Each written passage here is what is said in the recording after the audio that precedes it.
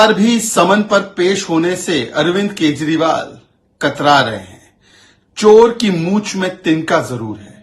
भगोड़े की तरह पेश आ रहे हैं अरविंद केजरीवाल, क्योंकि उन्हें पता है कि उन्होंने अपराध तो किया है और अब विक्टिमहुड कार्ड खेलने से कुछ नहीं होगा।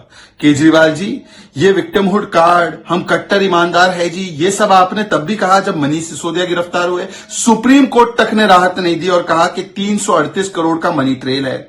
संजय सिंह के लिए भी आपने खेला, उनको भी हाई कोर्ट तक ने राहत नहीं दी है। विजय नायर 1 साल से जेल में है और आपकी चहीती कांग्रेस पार्टी ने तो स्वयं कहा है कि शराब घोटाला हुआ है, हमने शिकायत दर्ज कराई है। तो बताइए, आज शराब घोटाले पर जवाब देने से पहले कि कैसे आपने 2.5% से 12% कमीशन किया, कैसे आपने होलसेल प्राइवेट सेक्टर को दे दिया, कैसे आपने ब्लैकलिस्टेड मैन्युफैक्चरिंग कंपनीज को आने दिया, कैसे आपने हजारों करोड़ों का मुनाफा शराब घोटालेबाजों को कमाया। इस पे जवाब देने से बदले आप कभी कहते हैं कि मैं चुनाव में व्यस्त हूं और नोटा से कम वोट आते हैं, फिर विपासना में व्यस्त हूं कुशासन करने के बाद, और आज भी बहाने बना रहे, विक्टिमहुड कार्ड खेल रहे हैं। ये वही अरविंद केजरीवाल है जो अन्ना हजारे जी की उंगली पकड़कर कहते थे पहले इस्तीफा फिर जांच, दूसरों के विषय में, लालू के विषय में, सोनिया जी के विषय में, राहुल गांधी के विषय में, जब इनके साथ नहीं थे। आज लालू और पौनमुड़ी की संगत है, जो लोग कन्विक्टेड है, तो कहते हैं कि भाड़ में जाए जांच, मैं क्यों पेश हूं। अपने आप को दिल्ली का मालिक समझते हैं और आज उनको जवाब देते नहीं बन रहा।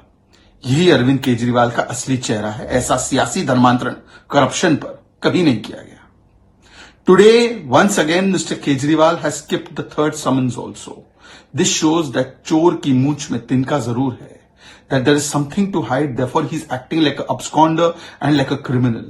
Perhaps he knows that all of this victimhood card, this card that it is being done deliberately to target us, is not giving any results. Courts have not given bail to Manish Sisodia. Courts have not given bail to Sanjay Singh. Vijay Nair is in jail for 1 year. And the courts have established there's a money trail. And the courts have said that there's no political vendetta. Despite that, they play the same stale victimhood card, the same stale political targeting card. Congress party or ally has said that this case is genuine and you have done corruption. Are they also doing political vendetta against you? Instead of answering the specific questions on Sharab Ghotala, why you have given 2.5% commission to 12% commission, why you have allowed private sector to come into wholesale, why you have allowed blacklisted manufacturing companies to come in, how you have allowed thousands of crores of Sharab companies. Instead of answering this question, instead of telling us about the corruption that you have done, which was masterminded by you, because if there was no corruption, why did you take the policy back? Instead of that, today Arvind Kejriwal has done a complete political U-turn. You remember under Anna Hazare, he used to say, first istifa, then janch, for Lalu Prasad Yadav, for Mulayam Singh Yadav, for Sonia Gandhi, for Rahul Gandhi. And today he says, I will not cooperate with the janch. This is the complete political conversion of Arvind Kejriwal in the presence and company of Lalu Prasad Yadav and DMK leaders like Pawan Modi, who have been convicted for corruption.